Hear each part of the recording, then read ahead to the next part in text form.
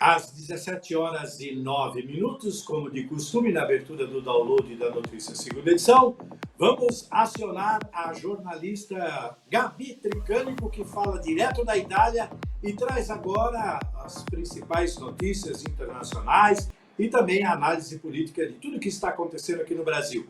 Boa tarde no Brasil, boa noite na Itália, seja bem-vinda, Gabi Tricânico. Boa noite, Gil. Boa noite a vocês que nos acompanham. Deve estar frio aí, igual aqui na Itália, né? Você está de jaqueta? O estúdio colocaram para mim 17 graus. Eles acham que eu estou morrendo de frio. E aí deu uma friaca aqui dentro do estúdio. Lá fora chove muito, tá com 21 graus, mas a sensação térmica é bem menor, porque também está ventando.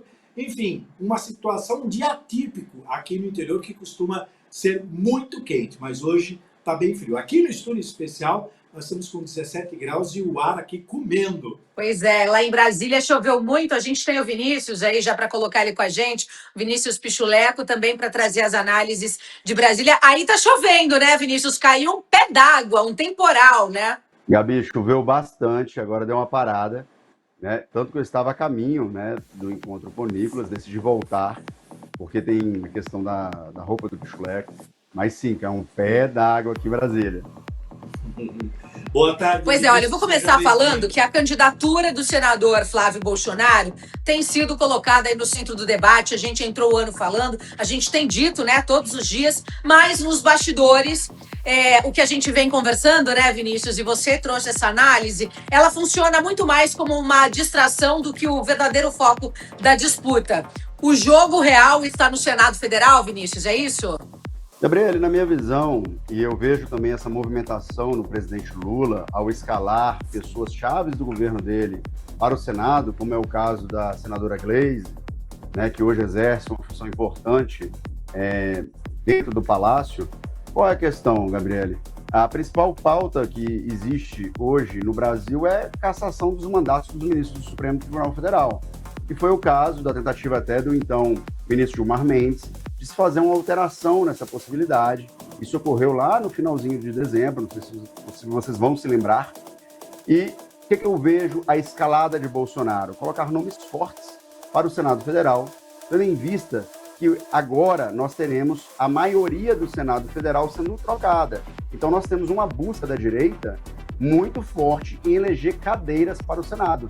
Isso fez que o Carlos Bolsonaro fosse para Santa Catarina para ser um ocupante da vaga do Senado Federal por aquele estado, Santa Catarina, e está fazendo essa transformação. Eduardo Bolsonaro ontem chegou até a mencionar que a cadeira do Senado de São Paulo, por ele ser o deputado mais bem votado de São Paulo, teria que passar aprovação por ele. Então eu vejo essa movimentação feita pelo PL juntamente com o Bolsonaro. E até, Gabi, fiz aquela comparação que eu te falei, que são aqueles copinhos na Idade Média, né? Bem antes de Cristo, inclusive, existia aquele jogo dos copinhos. Você colocava uma bolinha ou em conchas, 3 copinhos, e ficava manipulando ali. Então, eu acredito que esse falatório sobre a disputa presidencial seja um pouco para desviar esse foco preciso, tanto da direita quanto da esquerda, nas cadeiras do Senado, tendo em vista o poder do orçamento hoje brasileiro, que está na mão do Congresso, e o poder da cadeira do Senado. A eleição do Senado se tornou tão importante, né, e estratégica, porque quem conseguir eleger a maioria define que o enfrentamento institucional, né, Vinícius? Ou a manutenção do equilíbrio das forças do STF. Ou tira ou deixa, né? É mais ou menos esse o jogo. Só um adendo, e eu vou até passar a bola para o Gil emitir a opinião dele também. Eu não sei se está havendo um equilíbrio de fato, porque recentemente nós estamos acompanhando em todas as mídias o questionamento sobre o envolvimento do então ministro Dias Toffoli e essa questão do Banco Master. Você observa que o envolvimento extrapolou de quem era dono do tal resort, quem não era. O pessoal do Estadão esteve na casa de um dos sócios do resort milionário e a pessoa falou que quem pagava a casa era até ela, que era um engenheiro ali, mas ele não tinha tantas posses assim. Então está levantando uma série de burburinhos, uma série de desconforto junto à classe política e até mesmo o STF. Lembrando que o então ministro Fachin está tentando uma aprovação de um manual, né, de boas práticas, um procedimento para os ministros do STF, que hoje o ministro sai dando entrevista, sai emitindo opinião, e a gente não sabe até qual ponto isso extrapola a questão judicial, a esse limite, se existe ou não, né? Foi muito criticado o caso do Alexandre de Moraes, ao ser orador ali de uma turma, fazer uma cara um pouco sarcástica sobre a questão da prisão do Bolsonaro, né? Então isso está sendo muito julgado em Brasília e muito olhado. Acredito que estamos em um momento que essa eleição vai ser uma grande transformação para a República Brasileira. Partes, como diria na ordem jurídica, né? Essa questão do Alexandre de Moraes, quando ele tomou essa atitude, saiu até que algumas redes sociais diziam que juiz que julga rindo, ele não julga, ele executa, né? Praticamente ele determina uma execução, fazendo uma alusão ao fato dele sorrir quando ele fez essa questão. Eu vou relembrar um fato aqui, que aí qualquer semelhança vocês podem dizer que é mera coincidência. Lembra do sítio da Odebrecht, que o Lula tinha até o caminhãozinho dele lá para andar na água, o patinho dele e tal, e ele dizia, não é meu, o pedalinho não é meu, mas tem um lá com o nome da Marisa e outro escrito vovô Lula, não, é que ele é meu amigo, ele me homenageou. Lembram disso? É a mesma coisa, não tenho nada a ver, é um amigo, é aquilo. Quer dizer, parece que a história muda-se um pouquinho o personagem, mas a base do roteiro é a mesma. Exatamente. Ô Gil, e esse cenário ganhou mais peso ainda diante desses fatos novos, né, que envolveu aí o ministro Dias Toffoli, porque ele se reuniu lá no resort, no Taiaiá, com o banqueiro André Esteves e também com o Paulo Tanuri, que é dono de uma grande indústria metalúrgica, né? E além disso, surgiram informações de que os seguranças, né, do ministro foram pagos com dinheiro público. Então, tudo isso aí veio à tona nessa tarde de hoje, né, Vinícius? E eu queria que você comentasse sobre, apesar do banco BTG não ter nenhum processo com o ministro, mas eles foram vistos, tem um vídeo que foi divulgado pelo Metrópolis de 2023, deles, inclusive, com copos de bebidas nas mãos, lá no próprio resort. Então, mais uma situação que vai cair na boca do povo, né? Gabi, ainda vou fazer uma inclusão aí. Tivemos a matéria do Metrópolis, que 2 repórteres estiveram no resort, se hospedaram durante 2 dias, aonde os próprios funcionários falavam que o resort era do ministro do ministro Dias Toffoli, inclusive apontando qual era a casa dele, que somente ele teria acesso, etc. e tal. Não bastante, em que pese o banco BTG não tenha tratativas diretamente com o ministro Dias Toffoli, mas o mesmo banco BTG, poucos dias antes da operação da Polícia Federal no Banco Master, ele comprou fundos falidos do Banco Master. Isso gera uma consequência para os seus acionistas, né? Para as pessoas que investem nos fundos do BTG. O meu grande professor aí de fundos, o professor Barsi, ele investe pelo fundo BTG. Inclusive, Gabi, numa oportunidade, vou tentar trazer uma palavra dele sobre essa questão. Mas é isso, esse aparelhamento das instituições, tanto do Congresso, quanto do Judiciário, quanto do Executivo, é algo que assusta muito. Não há que se falar em independência de julgamentos ou independência de legislativo se a gente tem esse aparelhamento institucional. Gabi, para você ter ideia, aqui em Brasília existia um jargão que era a bancada Banco Master, né? A bancada Vaccaro, lá do Congresso, porque ele fazia diversas festas e convidava diversos parlamentares, deputados, senadores, ministros para essas festas renomadas, que tinha muitas vezes artistas que são muito caros, Gustavo Lima, dentre outros. Então, beira o absurdo. Beirou absurdo. Bom, e aí mudando da água para o vinho, vamos falar da confusão dos Sócrates com o Marcos Pereira e o Tarcísio, né? Tá uma confusão. O Sócrates, inclusive, disse que, olha, o PL vai ter candidato ao governo do estado de São Paulo, a gente vai lançar um candidato para fazer frente ao governador, porque tem aquela questão que o Tarcísio havia prometido para o PL, mas ele iria só se fosse para disputar a eleição presidencial. Depois começou a se ventilar que ele não sairia do Republicanos e que disputaria pelo Republicanos a eleição à presidência da República por conta de ser um partido de centro e para acabar com essa polarização, por ele ser um personagem, né, um político mais moderado. E aí, Vinícius, eu queria a sua avaliação no recado que o Marcos Pereira mandou para o Sócrates, dizendo: olha, o meu partido não faz carta de bancada e também nunca constrangeu o governador Tarcísio. E aí ele saiu em defesa, né? Foi partidária, uma briga de partidos aí, né? Ô, Gabi, o que eu vejo, né? Os bastidores que rodam em Brasília. Muito se falou que na campanha do presidente Bolsonaro, muitas pessoas confundiam um número a quem votar. Então, algumas pessoas votavam o número 10, achando que estava votando no Bolsonaro, e na verdade era o número 22, e votavam o número 22 no Tarcísio, achando que estava votando no Tarcísio. Então, essa confusão para o eleitor fez com que o PL repensasse e fizesse chapa pura dessa vez. Uma das questões que muito foi colocado para que o Tarcísio viesse para o PL, para poder estar abraçando, então, esse projeto do Bolsonaro, que é escalar governadores em áreas centrais, tendo em vista que São Paulo representa um dos maiores PIBs do Brasil, né? No caso, o maior. Então, você ter o governo de São Paulo do seu lado é algo importante, porque a gente está falando de uma grande liderança para o PIB brasileiro, e essa escalada do Senado. Então, o Tarcísio, acredito que está nessa briga de espaços, mas até pelo tom do discurso do senador Flávio Bolsonaro, eu acredito que eles vão conseguir fazer um alinhamento. Está muito prematuro tudo. Na minha análise, Gabi, ainda vou colocar o fato que Ratinho Júnior pode ser uma grande surpresa, tendo em vista que ele está no Colégio Eleitoral do Paraná, que é muito menor em relação do que o Colégio Eleitoral de São Paulo e da Bahia. Então, ele é uma pessoa que está com um nível de aprovação pelo tamanho de seu colégio eleitoral muito alto. E essa questão do presidente Marcos Pereira, ele está se posicionando, ele é um presidente muito aguerrido, muito respeitoso. Eu acredito que ele fez de uma forma educada, mas de uma forma correta para se posicionar quanto partido, quanto presidente. Faz parte da política, né, Gabi? Exatamente. Agora... Bom, vamos deixar a água rolar, né, Gil? Deixar a água rolar. Mas vocês sabem que nessa questão toda, a gente estava conversando sobre o Ratinho Júnior, tem um detalhezinho que faz muita diferença. Se ele entrar mesmo para valer, ele vai ter um cabo eleitoral aqui em São Paulo fortíssimo, que é o pai, que é o Ratinho, que além da rede massa de comunicação que ele tem, que é de rádio e televisão, no Paraná, aqui em São Paulo ele está com uma rede forte de rádio.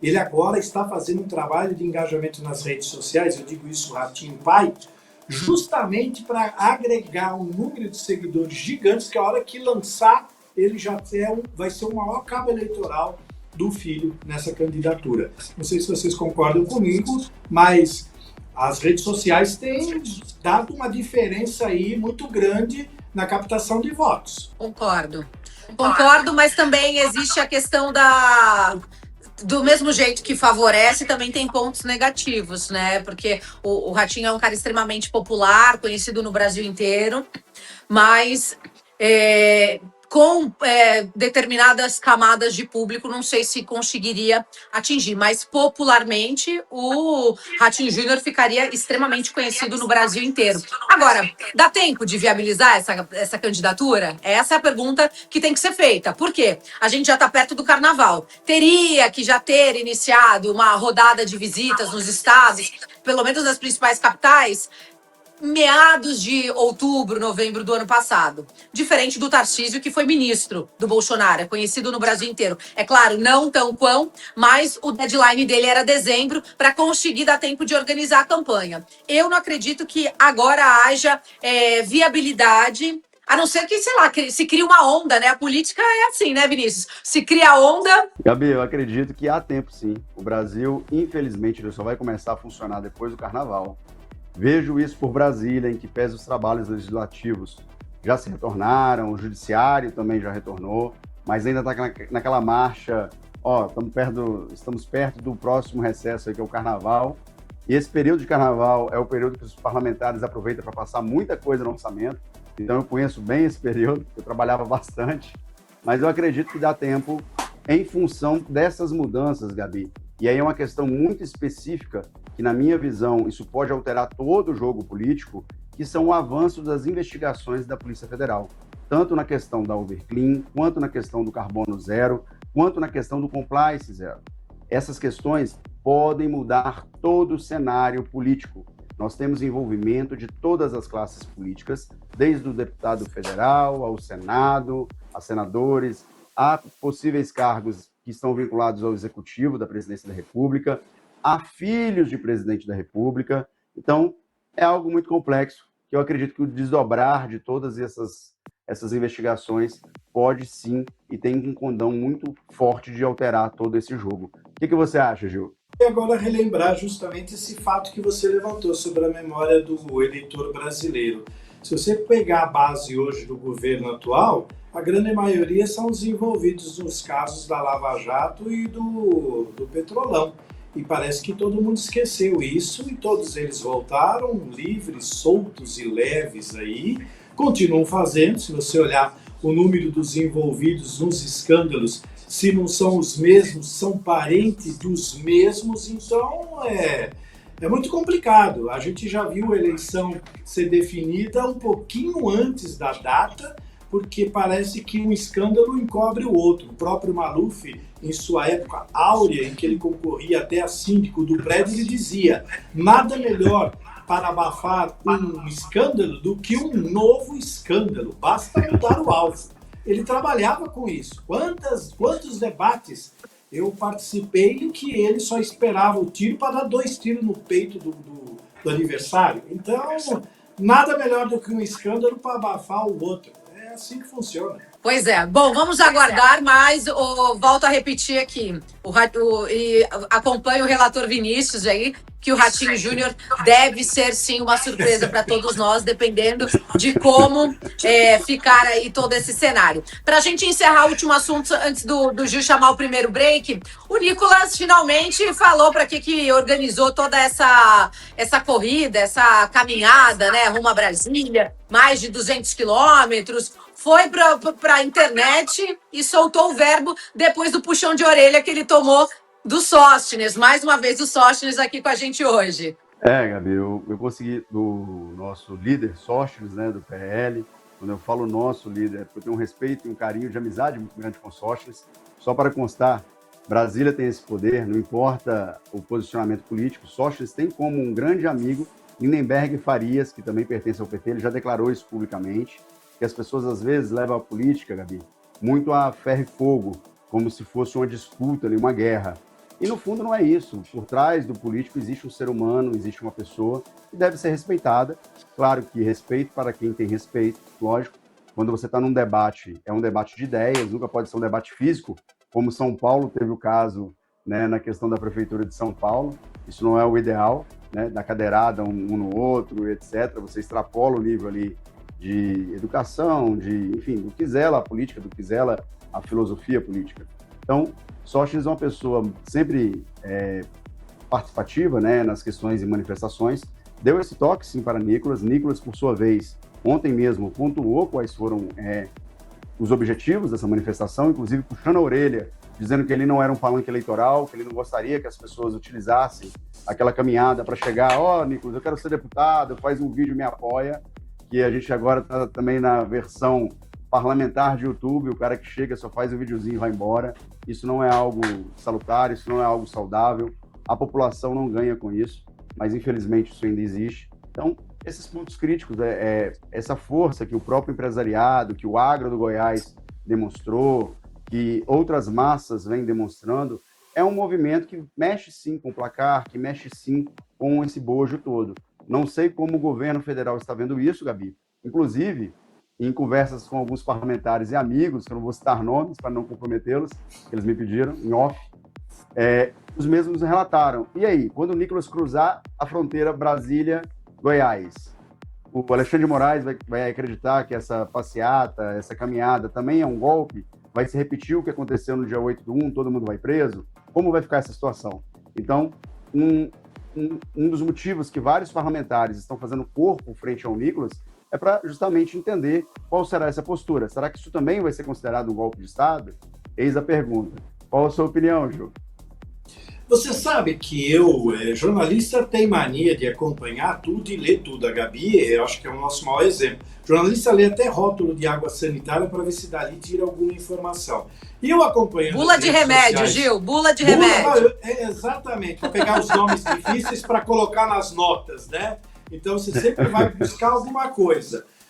Eu acompanhei hoje as redes sociais do Tarcísio, ele está repostando toda a caminhada que o Nicolas está fazendo. Tem uma série de vídeos que o Nicolas está produzindo durante a sua caminhada, que estão sendo repostados no Instagram do Tarcísio. Então, ele aparentemente está apoiando e está divulgando muito essa caminhada. Então, por um lado, muita gente fala que o Tarcísio está começando a tirar as mãos, né, que estava de mão dada com o Bolsonaro. Por outro lado, ele demonstra que ele está apoiando. Quer dizer, a Gabi sempre fala isso. Política são nuvens se mexendo. Uma hora você vê o desenho de um palhacinho, daqui a pouco já virou um elefante e acabou, vem a tempestade. É muito difícil de entender. Pois é, e para a gente encerrar, né, já que você tocou no assunto aí do Tarcísio, a agenda tão importante que ele tinha hoje, que ele teve que adiar o compromisso dele com o ex-presidente Bolsonaro na Papudinha, virou um mistério, porque não constava nada na agenda dele e lá estavam compromissos internos, e aí ficou esse mistério no ar. E aí tudo só se consolida dizendo que realmente tem uma rusga com o Flávio Bolsonaro, que o bastidor tá pegando fogo, deve estar puto porque o Flávio Bolsonaro tá saindo falando mal dele por aí. Então, pegou mal esse cancelamento, não é isso, Vinícius? Para encerrar, conclusões finais. Ô, Gabi, eu acredito que pegou mal, sim, mas assim, vou acreditar naquela mentira clássica. Assuntos pessoais, envolvimento talvez de família. A gente sabe que ele vai entrar agora numa caminhada eleitoral. Vai ser algo muito complexo ficar perto da família. A gente que trabalha com a política, sempre está aí no meio político, sabe o quanto zelar pela família e estar com a família são momentos muito importantes, que grande maioria das vezes não é possível. Então, quero acreditar que era devido ao recesso ali, ele tentou ficar mais próximo à família, e seja isso. Ainda quero acreditar que tem uma união, numa desunião completa e uma grande briga pública, né? Eu acredito que a direita brasileira tem que fazer uma releitura sobre isso. Se tem que pegar essas brigas e colocar sempre a público, trazendo esses diversos ruídos, ou se deve resolver isso de uma maneira interna, uma maneira mais pacífica, com o nosso grande professor Kassab, o nosso grande professor Michel Temer, que sempre tiveram diversas crises em suas fases políticas, mas com o tempo, entenderam e demonstraram que, às vezes, resolver internamente é muito melhor do que você publicizar todo um aparato aí de discussão que uma gota de água acaba se tornando uma chuva e daqui a pouco é um tornado. Então, é complexo isso. Gabi. Vinícius, obrigada pela sua participação. Gil, eu volto amanhã no DN Primeira Edição. Deixo vocês aí. Bom jornal. Mas, espera só um pouquinho, Gabi. Eu fui tentar descobrir o que tinha nessa agenda. Sabe o que eu descobri? O Tarcísio foi tomar um café em São José da Bela Vista para entregar 144 escrituras, daquelas escrituras do imóvel, quando eles entregam. E essa cidade... Não foi ontem isso lá em Itapeva? Foi ontem, hein? Então, exatamente. Ele deve ter juntado, olha, eu vou ter que viajar, vou ter que ir perto de Franca, eu não posso ficar indo para Brasília para depois ir para Franca, como se isso fosse uma muito causa difícil, nobre. né? Uma causa nobre. Ficou por lá. Entrega de casa. Deve estar viajando no interior.